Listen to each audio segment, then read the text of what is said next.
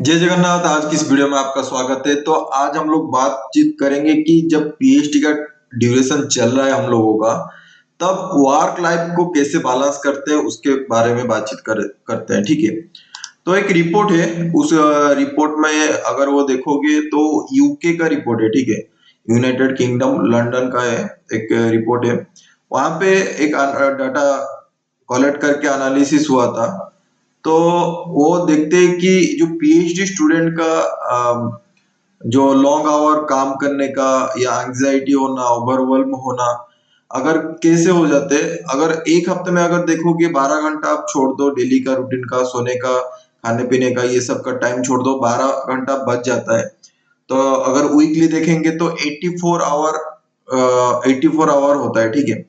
84 our से अगर कोई 41 आवर तक काम करता है, जो मैक्सिमम पीएचडी लोग करते हैं, जो कि 85% उस डाटा से मिला है। ठीक है। वो रिपोर्ट में लिखा है कि 85% लोग मिनिमम 41 आवर एक वीक में काम करते हैं। ठीक है। कोई कोई 60 आवर तक पहुंच जाता है। तो ये वेरिएशन रहता है आपका खुद का। अगर आप कैलकुलेट करोगे तो आपको पता होगा। ये सिर्फ एक तो रिपोर्ट है, या वो यूके का एक रिपोर्ट है जहां पे बोलता है कि 85% लोग जो पीएच स्टूडेंट है लगभग 41 आवर काम करते हैं। कोई कोई 60 घंटा मतलब कर लेते हैं। लेकिन जब कोई पार्ट टाइम पीएचडी अगर कर रहा है, 20% लोग पार्ट टाइम पीएचडी कर रहे हैं, तो वहां पे उन लोगों को 60 आवर देना बहुत डिफिकल्टी हो जाता है।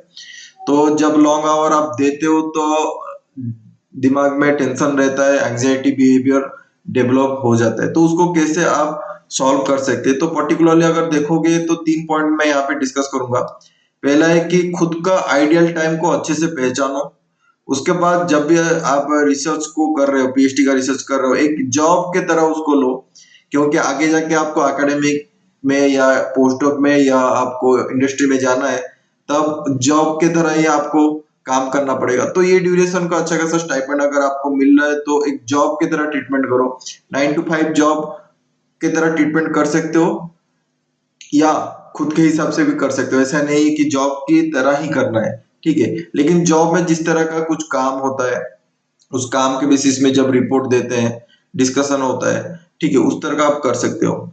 नेक्स्ट पॉइंट हम लोग डिस्कस करेंगे कि जो आपका शेड्यूल है उसको आप ब्रेक कर सकते हो, छोटे या बड़े के हिसाब से। ठीक है। ये तीनों पॉइंट के ऊपर हम लोग डिस्कस करेंगे। पहला बात है कि पहले आपको खुद को कैसे आपका आइडल टाइम रूटीन को मतलब पहचान सकते हो। तो पहले ये आपको, आप मतलब पीएचडी कर रहे हो मतलब 25 साल के ऊपर तो आपको हो गया होगा। ठीक है। मिनिमम तो 25 साल का ऊपर हो गया होगा।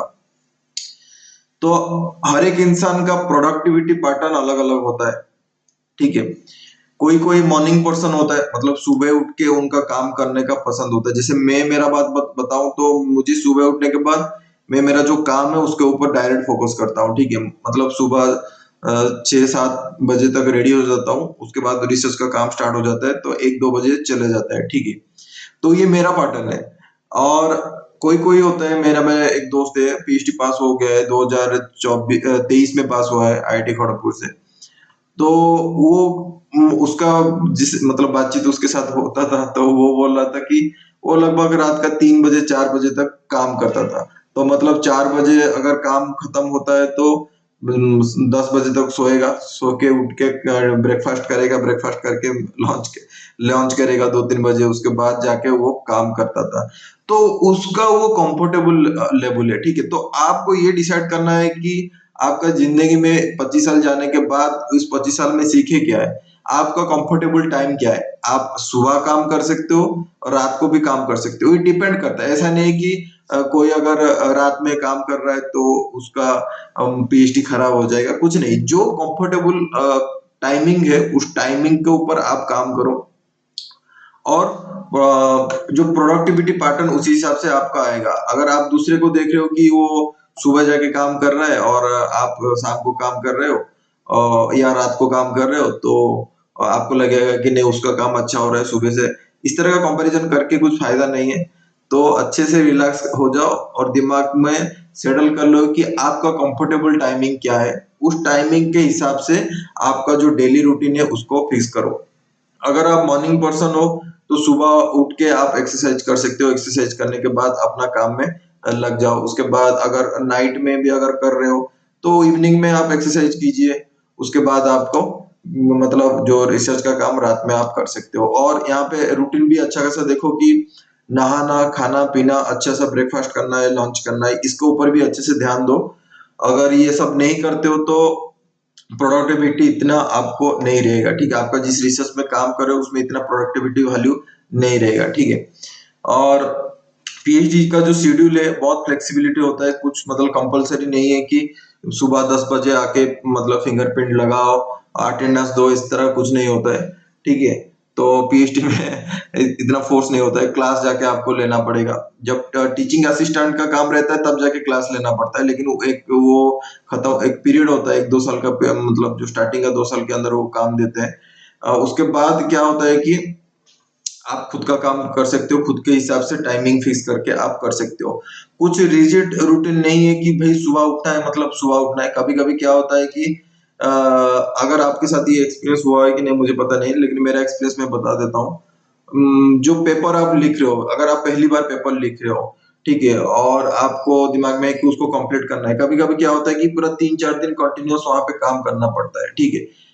तो वो रिक्वायरमेंट है पेपर लिखने के लिए तो वहां पे आप टाइम दे दो, कुछ प्रॉब्लम नहीं है, ठीक है? ऐसा नहीं है कि मुझे सुबह 10 बजे से मतलब शाम को 4 बजे तक ही सिर्फ काम करना है, जॉब की तरह पूरा ट्रीटमेंट करना है, फुली फोकस्ड नहीं। जब काम का डिमांड मांग रहा है कि भाई अभी टाइम चाहिए, क्योंकि अगर आप ज्यादा टाइम गैप दे देते हो रिसर्च पेपर लिखने में तो अ, मतलब डिस्टर्बेंस रहता है, पेपर लिखने में बहुत डिस्टर्बेंस होता है। तो फोकस टाइम 3-4 दिन में अगर आप पेपर लिख रहे हो तो वहां पे फोकस करो। मतलब पेपर लिखना 3-4 दिन में नहीं हो सकता है। अगर आपका उसका पेपर किस तरह का लिखना है, क्या क्या पेपर में इनपुट करना है, उसका अगर आपको दिमाग में नहीं है तो जब वो बेसिक चीज मेथोडोलॉजी किस तरह का लिखना है, रिजल्ट एनालिसिस हो चुका है, उस चीज को जब आप कंप्लीट हो चुके हैं, अभी पेपर लिखने के लिए बैठे हो, तो अगर वहां पे 2-3 दिन 4 दिन कंटिन्यूस लग रहा है तो वहां पे आप एफर्ट डाल सकते हो। वहां पे कुछ प्रॉब्लम नहीं है, उसके लिए आपको ज्यादा टेंशन नहीं लेना पड़ता है। वो होता है पहले पहले बार जब पीएचडी में आप रिसर्च पेपर लिखते हो तो वो चीज आपके साथ होगा। मेरे साथ भी हुआ है, मैं जिससे बातचीत भी किया हूँ उनके साथ भी ये होता है। तो उसमें ज्यादा टेंशन नहीं लेना है, ठीक है? 3-4 दिन हो गया, ज्यादा स्ट्रेस लग रहा है, कुछ ऐसा कुछ नहीं है। आपको जब पेपर एक बार लिख दोगे कंप्लीटली, पहला वाला पेपर जब लिखोगे तब अच्छा फील होगा, गुड फील होगा कि नहीं, जो पीएचडी के लिए जो मेन रिक्वायरमेंट है रिसर्च पेपर लिखना, उसके लिए आप अच्छा खासा टाइम डिवोट किए हो, ठीक है? आप जो डेली रिसर्च का काम कर रहे हो, जैसे एक्सपेरिमेंटल का सेटअप कर रहे हो या डाटा कलेक्शन कर रहे हो, तो उसको एक मतलब जॉब की तरह का देखो। जैसे कि जॉब में कैसे होता है, मतलब जो काम आपको मिलता है उस काम के लिए आप कुछ प्लानिंग करते हो, ठीक है? और वो उस प्लानिंग के साथ जब आप डाटा कलेक्शन करते हो उसको बाद डाटा एनालिसिस करते हो, जो रिजल्ट निकल रहा है उसको आपका जो रिसर्च गाइड है उनके साथ बातचीत करो। तो इंफॉर्मेशन आपके साथ मतलब जो सुपरवाइजर है और आपका वो फ्लो होना चाहिए, अच्छे खासा फ्लो होना चाहिए, ठीक है? तो ऐसा नहीं है कि 1 महीना 2 महीना हो गया आप रिसर्च गाइड के साथ बातचीत ही नहीं कर रहे हो, रिजल्ट नहीं मिला है। जितना मिला है उसको जाके वीकली बेसिस में बातचीत करो, वो अच्छा रहता है, ठीक है? तो जॉब की तरह देखो, और ये दिमाग में रखो कि हर एक दिन में आपका रिजल्ट नहीं निकलेगा। जो आप एक्सपेक्ट कर रहे हो कि ये मैं मुझे मैथमेटिकल कुछ कॉन्सेप्ट समझाना है या एक सॉफ्टवेयर का कुछ चीज आप सीख रहे हो, हर एक दिन में आप डिसाइड नहीं कर पाओगे कि ये मतलब क्यों अच्छा नहीं हुआ। कोई कोई दिन अच्छा रहता है, कोई कोई दिन खराब रहता है, ठीक है? क्योंकि कभी कभी समझ में नहीं आता तो उसको समझने के लिए टाइम लग जाता है। तो उसमें ज्यादा टेंशन नहीं लेना है। अगर टेंशन आप ले रहे हो तो प्रॉब्लम है, ठीक है? लगेगा जब तक वो कॉन्सेप्ट तक जब तक आप समझ नहीं जा रहे हो, जिस जिस कॉन्सेप्ट को आप रिसर्च पेपर में इम्प्लीमेंट करना चाहते हो, तो वहां पे डिफिकल्टी आएगा। लेकिन उसको थोड़ा सा ड्यूरेशन आप दे दो। कोई अगर कॉन्सेप्ट को ज्यादा टाइम लग रहा है तो अच्छा खासा 3 दिन 4 दिन 5 दिन 10 दिन इस तरह का अच्छा खासा टाइम दो, ठीक है? ऐसा नहीं कि आज मैं किया आज कुछ नहीं मिला, आप डिप्रेशन में आप चले गए, इस तरह का सिचुएशन में मत दो। अगर वहां पे टाइम आप कंटिन्यूअसली दे रहे हो, 10-12 दिन तक टाइम दे रहे हो, तो वो प्रॉब्लम को आप अच्छे से समझ सकते हो, ठीक है? और अगर प्रॉब्लम को समझ में नहीं आ रहा है तो आप जितना समझ में आ रहा है उसको जाके अपना सीनियर भैया के साथ बातचीत कर सकते हो या रिसर्च गाइड के साथ बातचीत कर सकते हो। कुछ आप वहां से आइडिया मिल सकता है तो अच्छा है, उसको आप इम्प्लीमेंट करके अपना रिसर्च वर्क को कंटिन्यू कर सकते हो। और track hours to avoid over working.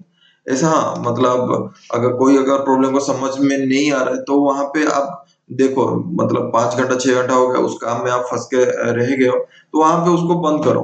Next दिन उसको देखेंगे। आप कहीं पे जॉगिंग के लिए चले जाए, जिम के लिए चले जाइए, एक्सरसाइज कीजिए, या घर से बातचीत कर लीजिए, दोस्तों के साथ बातचीत कर लीजिए। तो ये एक अच्छा रहेगा, आपका मेंटल प्रेशर वहां पे नहीं रहेगा। ठीक है। 8 घंटा 9 घंटा करने के बाद अगर कुछ रिजल्ट नहीं मिलेगा तो ऑब्वियसली दिमाग खराब होता है। ठीक है, उसमें कुछ मतलब डुप्लीकेट का बात नहीं है। ठीक है, तो अच्छा खासा रेस्ट लीजिए, माइंड को डिस्ट्रैक्शन कीजिए, थोड़ा इधर उधर घूमिए। उसके बाद फिर से नेक्स्ट दिन आइए और नेक्स्ट दिन फिर से काम में लगिए। अगर उस दिन भी नहीं हो रहा है, फिर से नेक्स्ट दिन, इस तरह का 10-12 दिन पूरा कंटिन्यू करो। ऑटोमेटिकली जो जिसके ऊपर आप काम कर रहे हो वो रिजल्ट धीरे धीरे आपको समझ में आने लगेगा। ठीक है। जॉब के जैसा आप अगर करते हो ट्रीटमेंट अपना पीएचडी को, तो वहां पे आपको इतना अच्छा मतलब गिल्ट जैसा नहीं लगेगा कि मेरा खराब चल रहा है पीएचडी। ठीक है। जॉब में जैसे आप लोग को रिपोर्टिंग करना होता है, जो सीनियर लोग होते हैं उनको रिपोर्टिंग करना होता है, तो आप भी जितना समझ में आ रहा है वो जाके अपना रिसर्च गाइड के साथ अगर बातचीत करते हो तो आपको इतना गिल्ट नहीं लगेगा। ठीक है। अगर बातचीत नहीं करके 1 महीना 2 महीना हो गया, सिर्फ काम ही काम कर रहे हो लेकिन कुछ रिजल्ट नहीं निकल रहा है, किसी के साथ बातचीत नहीं कर रहे हो, आइसोलेटेड हो जा रहे हो, तब जाके मेंटल प्रेशर डेवलपमेंट होगा। ठीक है। बीपी भी डेवलप होगा, ब्लड प्रेशर हो जाता है पीएचडी टाइम में, बहुत लोगों का, बहुत स्टूडेंट का होता है। तो उसके अंदर उसके चक्कर में जाना नहीं है। ठीक है। बातचीत करो अपना गाइड के साथ, सीनियर भैया के साथ बातचीत करो, वो अच्छा रहेगा। ठीक है। अगर आपका शेड्यूल अगर देख रहे हो किस तरह का लंबा शेड्यूल होगा या स्मॉल शेड्यूल होगा, वो डिपेंड करता है किस काम के ऊपर आप रह रहे हो। और शेड्यूल में अगर देखोगे तो साल में 15 दिन कोई कोई यूनिवर्सिटी में देते हैं छुट्टी, नहीं तो कोई कोई यूनिवर्सिटी में 30 डेज का भी देते हैं। वो डिपेंड करता है उनका गाइडलाइन में क्या लिखा है और यूनिवर्सिटी का रूल क्या है। ठीक है। उस टाइम के अंदर आप क्या कर सकते हो, घूमने के लिए बाहर जा सकते हो, हाइकिंग के लिए जा सकते हो। मेरा एक दोस्त है, पीएचडी का दोस्त है, अभी भी उसका चल रहा है, 7 साल अभी हो गया उसका। अ, अ, वो बीच बीच में वही करता है, मतलब वीकेंड में चले जाता है हाइकिंग के लिए। बैंगलोर में है तो बैंगलोर में हाइकिंग के लिए अच्छा खासा प्लेसेस है। ठीक है। इस तरह का आप जिस भी एरिया में रह रहे हो तो वहां पे जो नेचुरल हैबिटेट है। ठीक है। ऐसा नहीं कि पार्क पार्क में जा सकते हो। ठीक है। पार्क में थोड़ा थोड़ा अच्छा लगता है पहले पहले, उसके बाद बोरिंग लगता है। और जो नेचुरल हैबिटेट है, कहीं पे माउंटेन है, वहां पे आप घूमने के लिए जा सकते हो, कोई मंदिर है वहां पे आप जा सकते हो घूमने के लिए। जो आपको कंफर्टेबल एरिया है जहाँ पे आप रिलैक्स कर सकते हो लग रहा है, तो उसी एरिया में जाके आप रिलैक्स कर सकते हो। और घर में भी आ सकते हो छुट्टी के टाइम में, ऐसा कंपलसरी नहीं है कि घर नहीं जाना है, घर भी जा सकते हो। और मेंटल और फिजिकल हेल्थ के लिए अच्छा खासा आप टाइम ऑफ लो। जब काम करने के बाद ज्यादा डिस्टर्ब लगेगा, कुछ चीज नहीं हो रहा है, तो अच्छा खासा उसके लिए आप क्या कर सकते हो कि टाइम ऑफ ले सकते हो। ठीक है। टाइम क्योंकि यहाँ पे देते छुट्टी देते साल में, तो उस छुट्टी को आप यूटिलाइज अच्छे से कीजिए। ठीक है। ऐसा नहीं है कि छुट्टी नहीं लेना है, सिर्फ पीएचडी के अंदर घुसे ही रहना है। वो अगर उस तरह का आप करते हो तो ऑटोमेटिकली मेंटल और फिजिकल हेल्थ में प्रॉब्लम आता है। ठीक है। तो वो छुट्टी को अच्छे से आप यूटिलाइज कर सकते हो। आप प्रॉपर ब्रेक लीजिए, डेली बेसिस में भी लीजिए, और लॉन्ग वैकेशन में अगर लेते हो तो अच्छा खासा आपका जो स्ट्रेस रहता है वो रिड्यूस होता है, और जो दिमाग होता है फिर से रिचार्ज होके वो काम करने के लिए रेडी हो जाता है। ठीक है। प्रॉपर डेली बेसिस में भी आप ले सकते हो। ऐसा नहीं है कि आप एक प्रॉब्लम में घुसे हो, समझ में नहीं आ रहा है, 10 घंटा 12 घंटा 15 घंटा हो गया, दिमाग काम नहीं कर रहा है, उसको वहां वहीं पे छोड़ दो। ठीक है। ऐसा नहीं कि उसको पकड़ कर रखना है, उसको वहीं पे छोड़ दो। 7 घंटा 8 घंटा हो गया, छोड़ो भाई, कल देखते हैं। लेकिन वो 8 घंटे के बाद वो आप पॉइंट आउट जरूर कर दीजिए कि कहाँ कहाँ पे आप फंस गए हो। कोई अगर रिसर्च पेपर पढ़ रहे हो, समझ में नहीं आ रहा है, तो उसको नोट डाउन कर दो कि इस पॉइंट में मैं फंस रहा हूँ, समझ में नहीं आ रहा है। तो नेक्स्ट डे में जाके उसको जाके मैं क्या करूंगा कि चेकआउट करूंगा।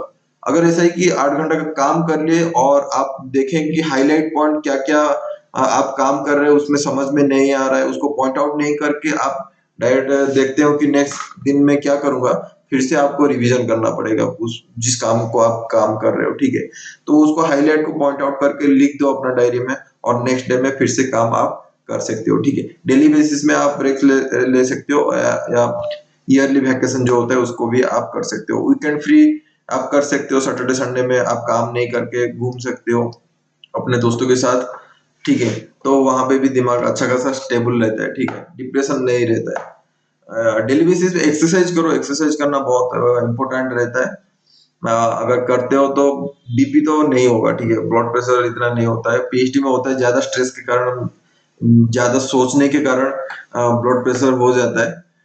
लेकिन वही एक्सरसाइज अगर आप कर रहे हो डेली, मेंटेन हेल्थ के हिसाब से काम कर रहे हो, खाना पीना अच्छा ठीक ठाक है, तो वो क्या होता है कि तबीयत और मेंटल स्ट्रेस ठीक ठाक बैलेंस हो जाता है, ठीक है। तो अल्टीमेटली अगर आप वर्क लाइफ बैलेंस को मेंटेन करना चाहते हो तो जो डेली बेसिस में रूटीन है उसको अच्छे से देखो, आइडियल टाइम देखो खुद का क्या है, उसी हिसाब से आप रेस्ट करो, रिकवरी करो, और अपना जो प्रोडक्टिविटी है और मेंटल स्ट्रेस और स्ट्रेस है उसको बैलेंस आप कर सकते हो, ठीक है। तो अगर इस वीडियो का आपको अच्छा लगा तो जरूर वीडियो को लाइक करना, चैनल को सब्सक्राइब करना। आज के लिए इतना ही है। जय Jagannath, lots of love from Odisha. See in the next video, bye.